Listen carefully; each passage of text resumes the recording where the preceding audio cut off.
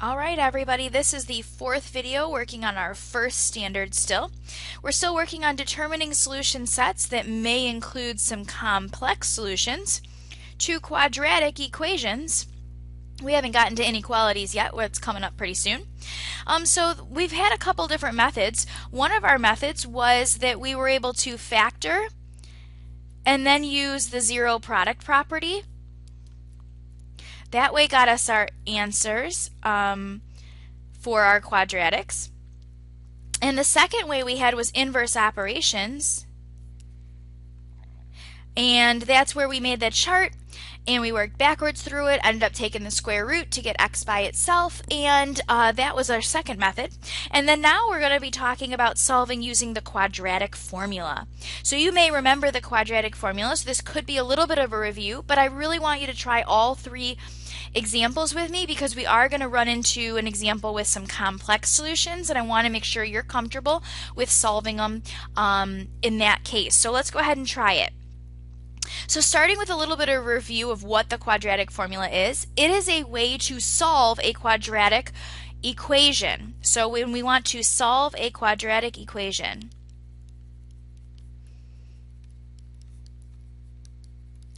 and we know that our quadratic equation, in order to use the quadratic formula, it must be in the form ax squared plus bx plus c equals 0. This is called standard form.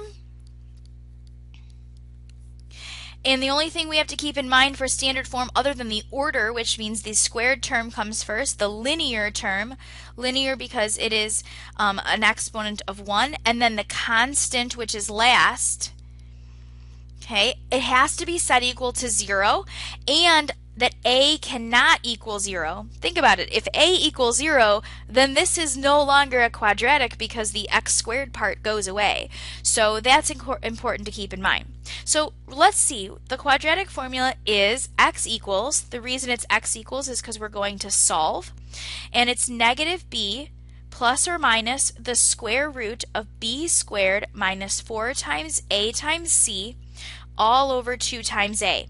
And there's a few things I want to point out about this. Sometimes I call this the opposite of b, and that's because sometimes b is negative to start with, so when I put it in the formula, I want it to be the opposite of b. I also use parentheses around my b squared because that's going to remind me that if b is negative, that when I square it, it becomes positive. And this square root sign goes across the entire set here of b squared minus 4ac.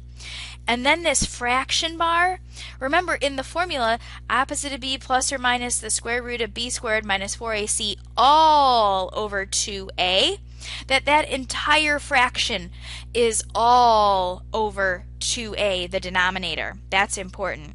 All right, we're going to try 3 examples, so stick with me. Our first example, we want to check to make sure it's in standard form. That seems pretty good.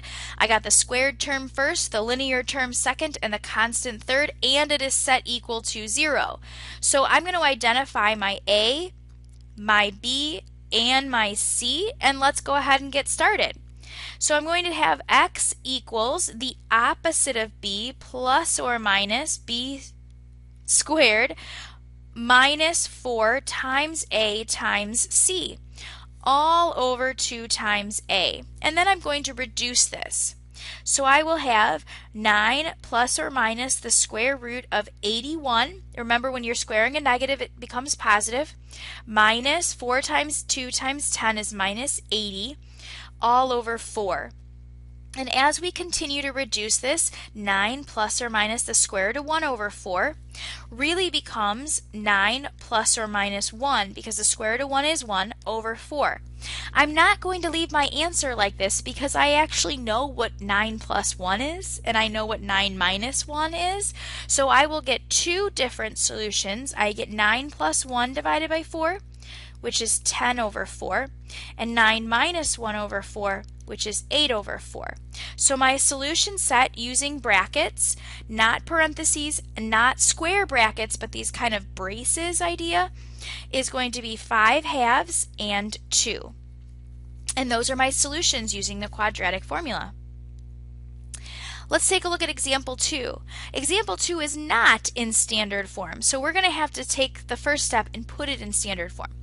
You have one of two options. I could move everything over this way so that my x squared was positive, or I could simply move the 10 that way, which is what I'm going to do. It will not make a difference in your final result. Negative 3x squared plus 4x minus 10 equals 0. And then I identify my a as negative 3, my b is positive 4, and my c is negative 10. I've had students in the past that feel like they'll just remember to make this c the opposite because it has to be moved, and then there's oftentimes they forget. So I really do encourage you to take this simple step of just moving it over so that you're very confident in what you're using. So x equals the opposite of b plus or minus the square root of 4 squared minus 4 times negative 3 times negative 10 all over 2 times negative 3. So let's go ahead and reduce this. I get negative 4 plus or minus the square root of 16. Now I'm going to multiply the negative 4 times a negative 3, which is a positive 12, times a negative 10, which means minus 120, all over negative 6.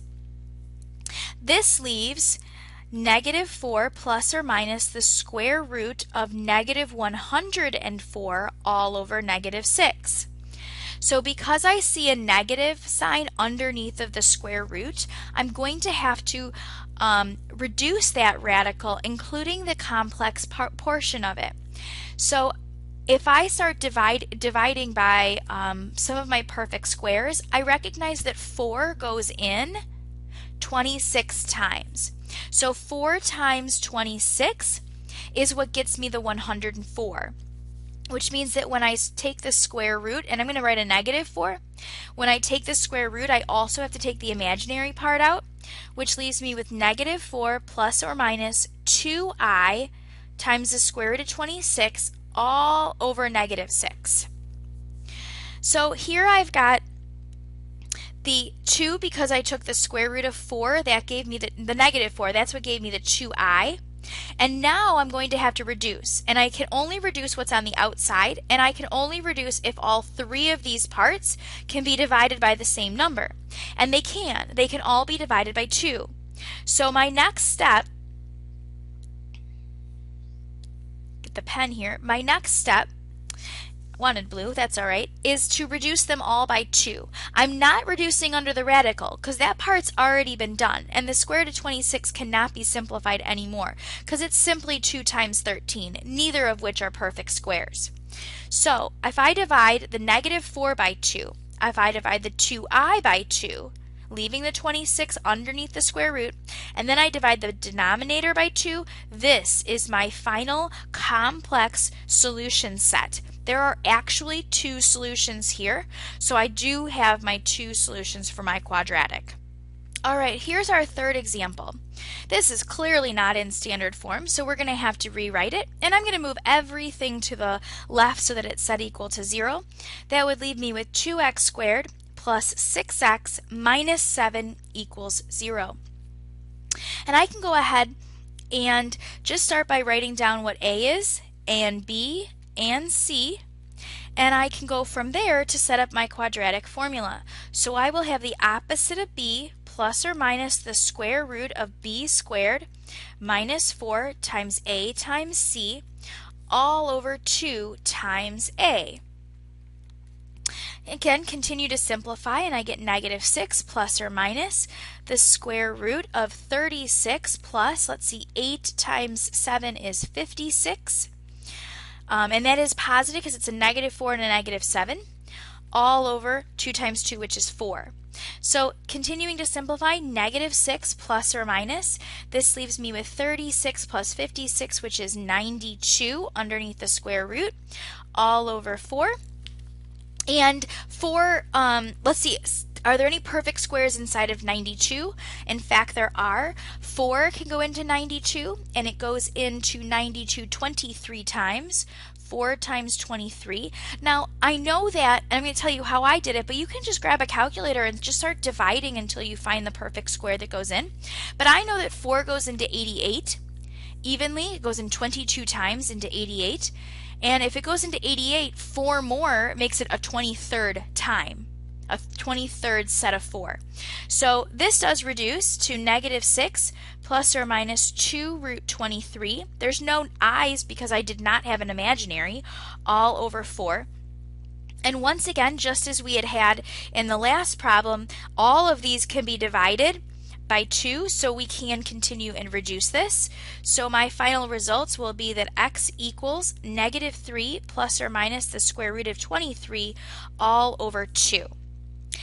So remember, it's all over 2, not just part of it over 2, and that make sure your radical covers the entire radicand, which is the number under the radical.